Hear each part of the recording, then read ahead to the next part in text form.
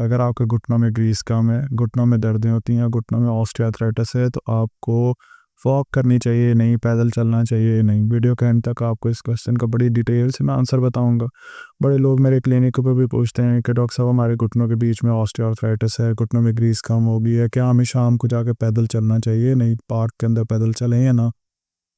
अगर आप चैनल पे नए हैं, इस चैनल को सब्सक्राइब कर लें और इस वीडियो को आपने आगे भी शेयर करना है, क्योंकि बहुत से लोग घुटनों में ग्रीस कम होने के साथ कंटिन्यूसली वॉक करते रहते हैं, जिसकी वजह से उनके घुटनों में और ज़्यादा प्रॉब्लम आ जाती है। मैं आज वीडियो के एंड तक आपको कंप्लीट ये समझा दूंगा, बता दूंगा कि कैसे घुटनों में अगर ग्रीस कम हो और बहुत ही ज़्यादा यानी कि आगे की आपकी स्टेज हो, यानी ग्रेड 3 या स्टेज 4 है आपके घुटनों की आर्थराइटिस का, तो कैसे वॉक आपके लिए कितने ज़्यादा नुकसानदेह हो सकती है। लेकिन अगर वॉक नहीं करनी तो फिर क्या करेंगे।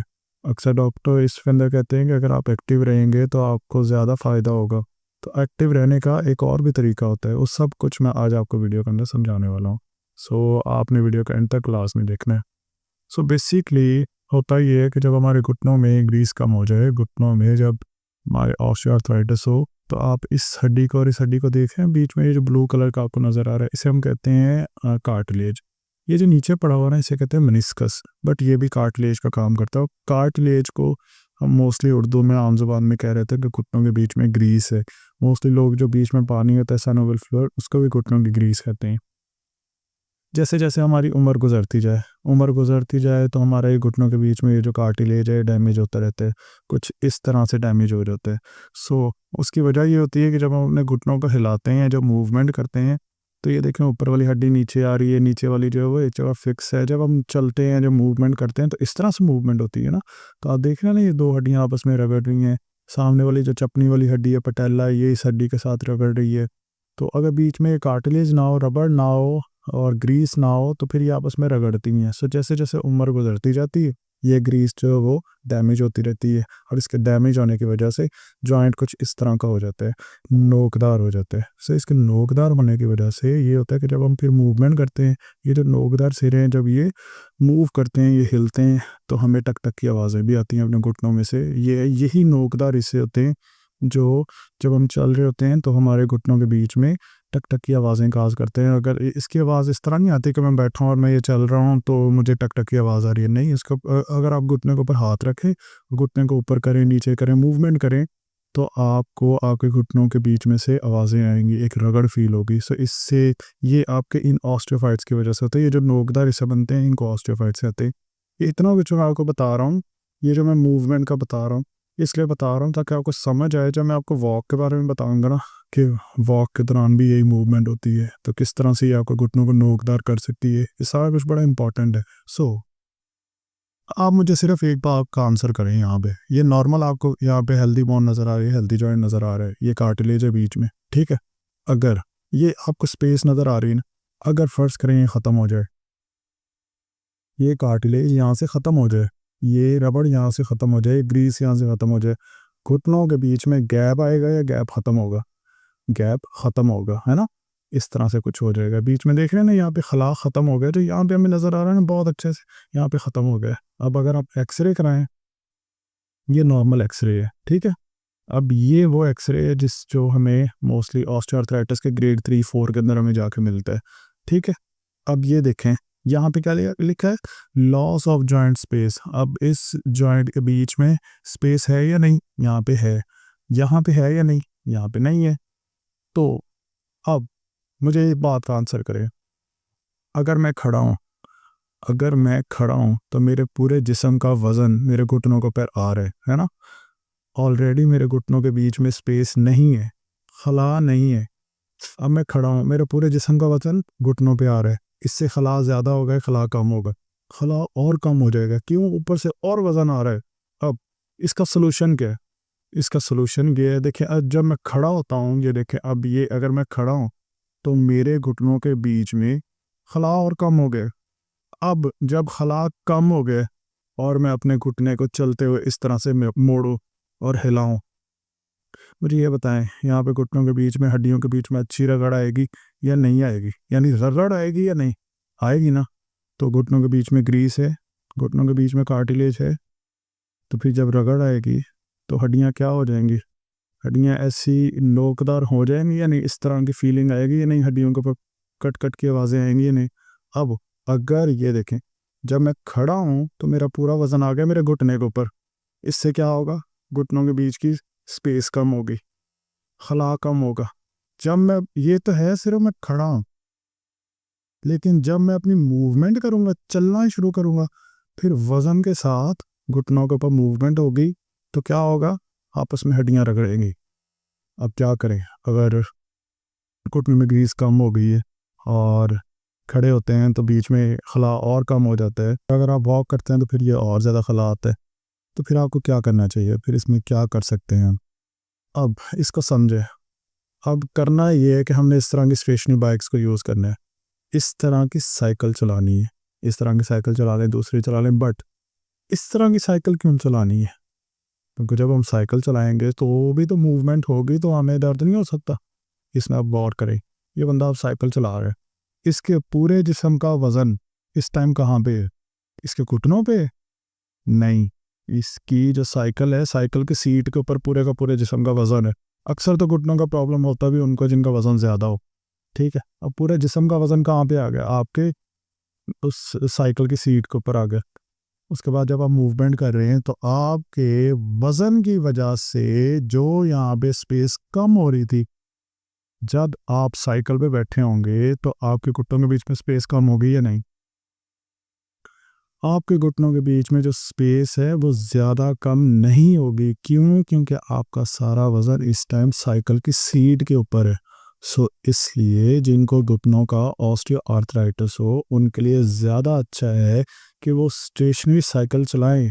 अब ये नहीं करना है आपने कि दूसरी साइकिल लेके आप रोड्स के ऊपर और सड़कों के ऊपर निकल जाए और वो वाली साइकिल जो आप चला रहे हो, साइकिल चलानी है जो स्टेशनरी साइकिल है जिसके ऊपर आप प्रॉपरली बैठ सकें। अब ये तो है दूसरे वाली साइकिल जो हम रोड के ऊपर भी लेके निकल सकते हैं, लेकिन नोट करें ये एक जगह पे फिक्स की हुई है, बट ये ज़्यादा सेफ़ नहीं है। मैं रिकमेंड करूँगा कि अच्छी सी आप एक स्टेशनरी साइकिल ले लें और घर के अंदर इसको यूज़ करें, अपनी पूरी बॉडी का वेट इसके ऊपर रखें और साथ में अच्छे से हल्के हल्के से मूवमेंट्स करें। इससे आपको बहुत ज़्यादा फ़ायदा होगा। इससे ये फ़ायदा होगा, एक तो घुटनों के ऊपर किसी भी किस्म का प्रेशर नहीं आएगा। दूसरा, स्टेशनरी जो साइकिल होती है ना, इसको आप अपने तरीके से इसके वेट को, इसकी रेजिस्टेंस को, इसकी टाइटनेस को आप अपने लिहाज से इसको सेट कर सकते हैं। सो इसको कम से कम वेट के साथ स्टार्ट करें और फिर उसके बाद ये डेली बेसिस के ऊपर करें। दिन में 3 से 4 दफ़ा करें। आप एक्टिव भी रहेंगे, आपकी हार्ट हेल्थ भी अच्छी रहेगी, दिल की सेहत भी अच्छी रहेगी और आपको घुटनों के पट्टे भी अच्छे से इस्तेमाल होंगे।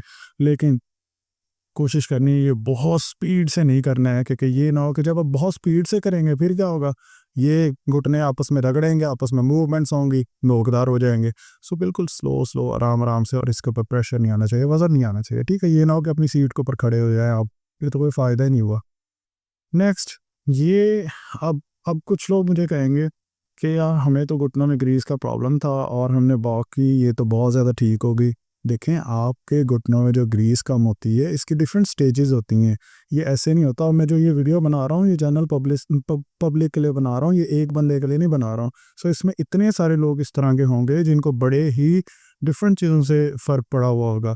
सो आपके जो घुटने में ग्रीस कम होती है इसकी डिफरेंट स्टेजेस होती हैं। अगर आपकी स्टेज 3 या स्टेज 4 हो तो आपके घुटनों के बीच में स्पेस बहुत कम होती है।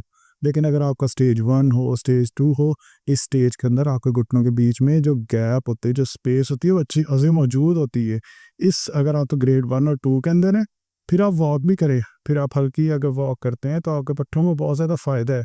बट अगर आपका ग्रेड 3 और 4 है, फिर अगर आपका बॉडी का भी ऊपर से वेट आ रहा है, तो आपके घुटनों की जो ग्रीस है, जो घुटनों का जो नी ऑस्टियोआर्थराइटिस है, वॉक करने से और ज़्यादा ख़राब हो जाएगा।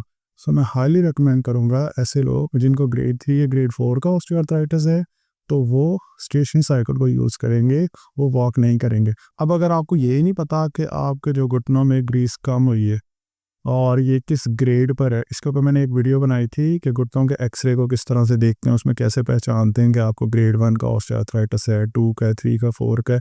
आप वो वीडियो देख सकते हैं।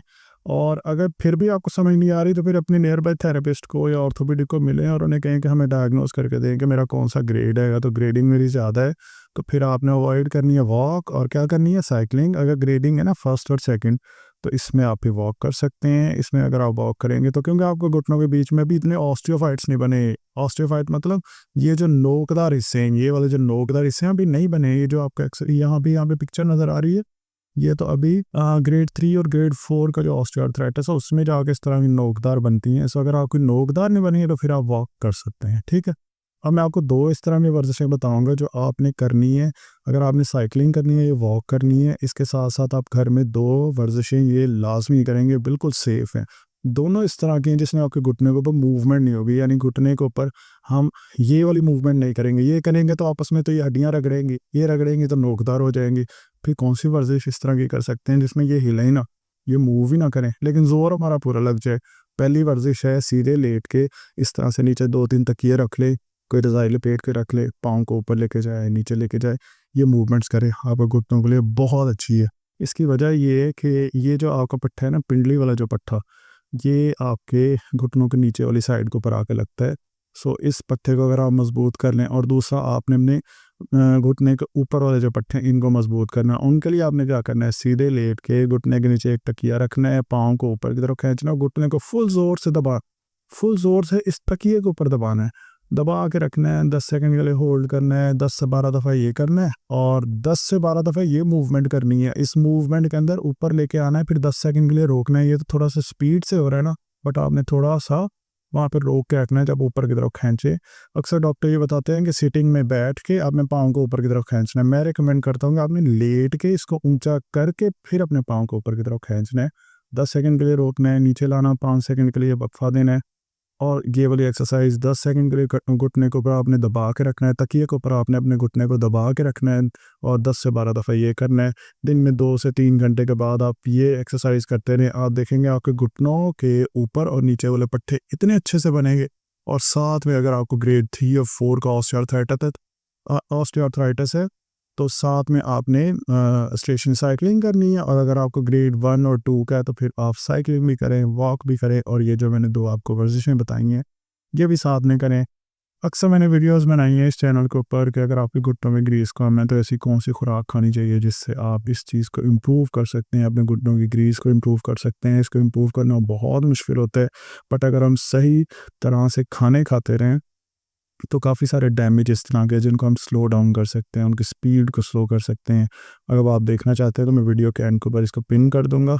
और अगर आपकी कमर में दर्द होती है और आप देखना चाहते हैं कि कौन सी आपको कमर के दर्द के लिए खुराक खानी चाहिए, मैं उसकी वीडियो भी पिन कर दूंगा।